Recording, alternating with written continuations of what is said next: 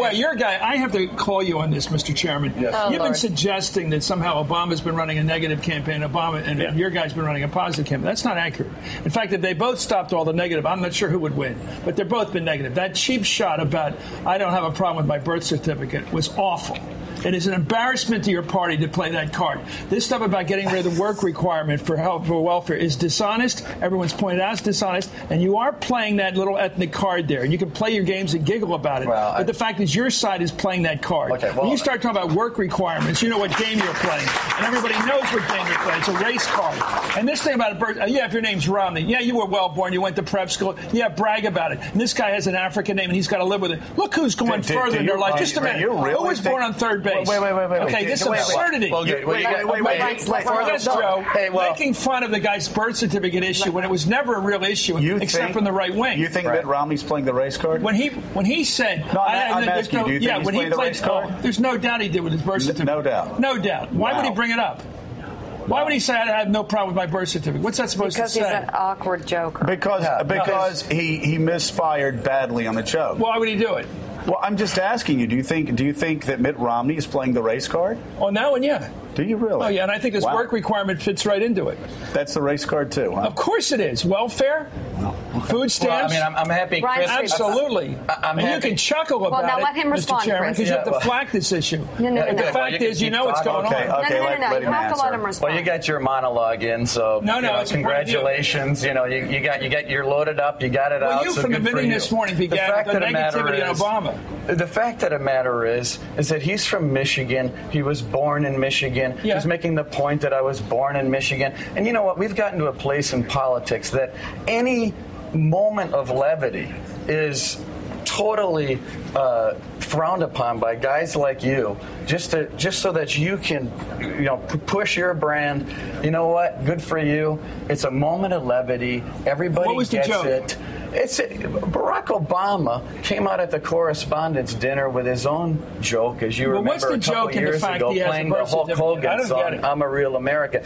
Every person, myself, starting in February of last year, as soon as I became chairman of the RNC, Mitt Romney continuously has said, this president was born in this country. It's a non-starter. It's a dumb issue. It's a distraction. Forget about it. It just seems funny that the first joke he's ever told in his life was about Obama's birth certificate. It's just a funny choice. Listen, I think that I disagree with Chris on this. I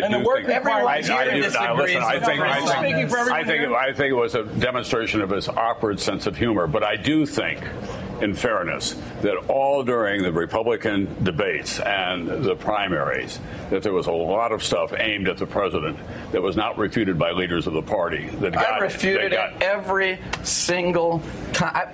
I bet you 20 times on TV. I'm not talking about the birthing thing as much as I am about he's a Muslim, he's a socialist, he's not American. John Sununu had to apologize for saying he doesn't know what it's like to be an American. That was a pretty tough attack. Now, I think it comes the other way, by the way, from the Democrats toward the Republicans as well. And I think that's what's made the country fed up with American politics, and it's a challenge for both parties. But I think Obama's policies have created a sense that, for whatever reason, he's looking to guidance as far as health care is concerned, as far as our spending is concerned, as far as these stimulus packages are concerned. He's looking to Europe for guidance. What? I mean, that's the problem. We've got a government. We've got a government. Insane. You mean the Keynesian fiscal policy is somehow so far out of control?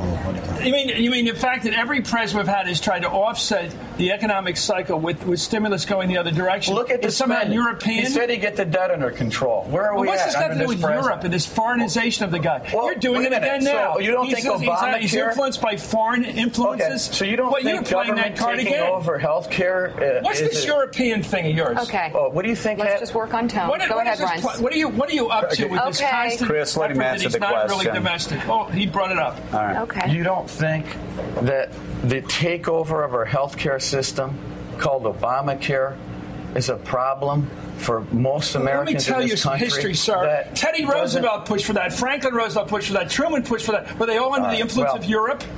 I'm not going to get into a shouting match with Chris, so you guys can move on. That's because you're losing, that's why. No, I'm not losing. All right. I'm not going to sit here. About Obama being a foreigner is the thing your party's been pushing. Sununu pushed it. Everybody pushes it in your party.